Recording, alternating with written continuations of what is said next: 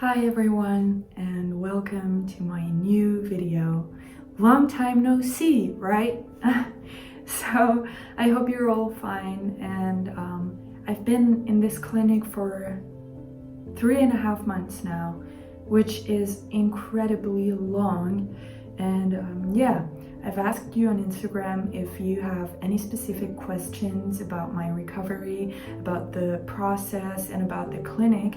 And yeah, I have picked 7 of your questions. I hope that's enough, and I hope that's okay.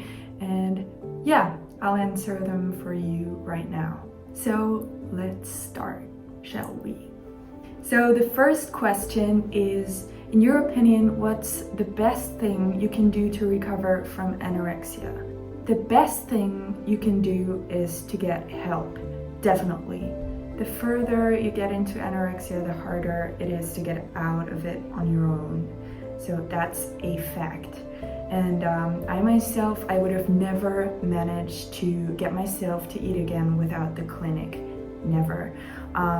Because I was so scared of food, and I was so scared of, drinking. It was just incredible because I was so sick. And it's also beneficial to find an activity that fulfills you. So for example, for me it would be music, but you can also be creative. Just find something that is good for you. Of course, except excessive sport sessions, yeah, I think you know that. What's also very important is to create social contacts again. So since I was extremely isolated, it was extremely difficult for me to interact with other people again, But since you meet people in the clinic who are going through the same thing as you, it gets easier over time, and it can also have an extremely positive effect on the therapy. So try to interact again, try to find people, try to play some games with them, whatever makes you happy, but just try it because it's very, very important. All right, the next question is, well, it's not a question, it's just a very shortened question, I think. So to understand how you see yourself. So the person probably wants to know how I see myself. And this is extremely difficult for me to describe, but I'll try to show it with this picture. So when I look in the mirror, I see a person who has very, very wide hips and thighs. And I also always have the feeling that my butt is huge. So which makes me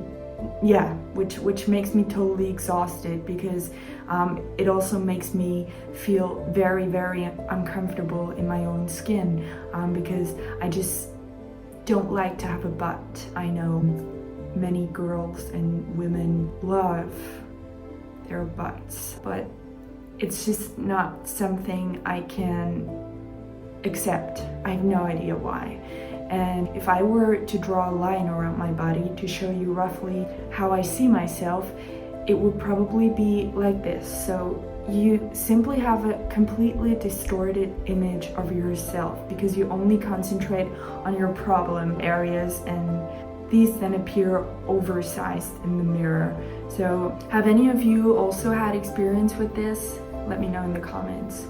The next question is, how do you properly speak to people who have such problems and not to harm them? Thank you so much for this question. I really appreciate it. I think it is great that you address something like that. For those of us who are affected, it is incredibly important that how am I going to say this? It's incredibly important not to address our outward appearance. So by that I mean comments like, "Oh, you've changed, you look so much healthier." That's the worst. Or, "You have a fuller face again and nice chubby cheeks." So that's the very, very, very worst comment for me anyway, because I know that my cheeks have gotten a lot chubbier, yeah, and I feel very uncomfortable about it. So even though it's probably only well-intentioned on your part.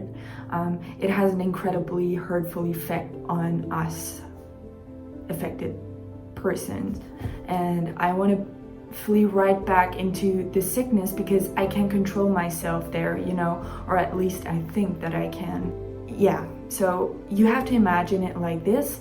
I already have an extreme problem with accepting my body and myself as it is, and so when I'm in the recovery phase and perceive my daily change so distorted in the mirror, then unfortunately you only put salt into the wound with such comments. So it's much better or nicer to say, hey, I can see you smile again, or hey, it's nice that you're laughing again, or that you look happier. That's perfectly okay, but please don't always make these body-related comments, statements.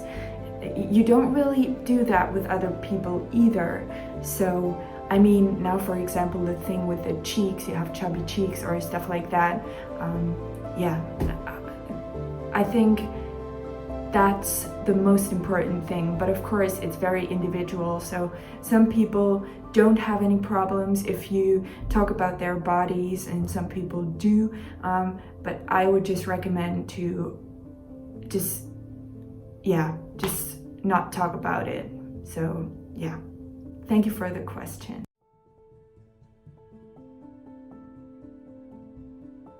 The next question is, hi, just how you're doing. Is there any progress, how you're spending the day, etc. I have to say that I've really learned a lot here, and I feel better physically as well as mentally in certain areas. I noticed that my zest for life is coming back, and that I am no longer constantly lacking energy, and I'm very happy about that. And at the very end, before I went to the clinic, I was on the verge of dying. That was incredible because I felt so bad, and now I have found the anticipation of the future life again, and I want to fight actively. So I know that I'm far from cured after the clinic. I've also told that to my parents, but I have acquired skills with which I should be able to keep my health, let's say, above water. I think you understand what I mean. I will continue to go and meet my therapist, but I'm also trying to start a life again that no longer, fixes on my eating disorder. Yeah, that's very important, I think. And to the question of what I do during the day. So I do have a lot of programming here. For example, every week there are therapy groups where we talk to each other about certain topics that concern us in relation to our eating disorder. And I also have individual consultations with a psychologist and a doctor where they check whether my values are improving again and so on. And I also get a massage once a week, which is incredibly relaxing. Oh my God, I love it so much. And I go to an eating disorder coping group once a week and much more. So I can distract myself perfectly well and always have something to do, which of course also helps me mentally and helps me to get out of the illness. Yeah. The next question is, how do you feel about yourself, as that is the most important part of recovery? It is. So I want to be very honest with you. I honestly feel very bad about my body, but I tried to block it out because I knew that I have a body image disorder, and I just have the feeling that my head does not keep up with the change, with my physical change. I've gone through a big development from October until today, and I've had to overcome an incredible number of things. So nevertheless, I'm extremely grateful because it was simply necessary. I will continue to work on my body image and hope that I will eventually be able to accept myself as I am.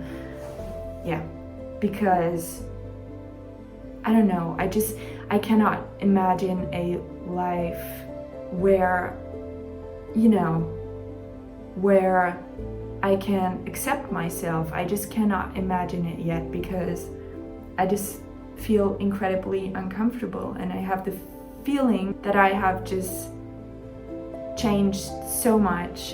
And yeah, it's just very weird. Of course, it's my illness, but yeah, it's still very hard to accept sometimes.